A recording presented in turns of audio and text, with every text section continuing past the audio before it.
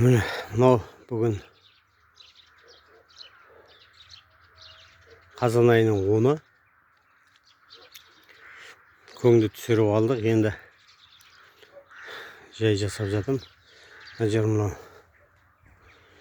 биіктігі 30 сантиметр, ұзындығы 5 метр, мына жерге дейін 3 метр.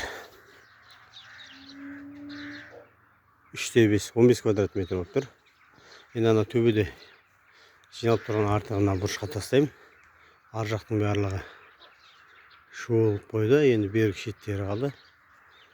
Қазір свет өшіп қалды. Свет өшкеннен су жоқ. Ағып қалады бір сағаттың көлемінде. Құдай қаласа ағып қалып жатса, қалғанын жуып, мұнда тоже жуып,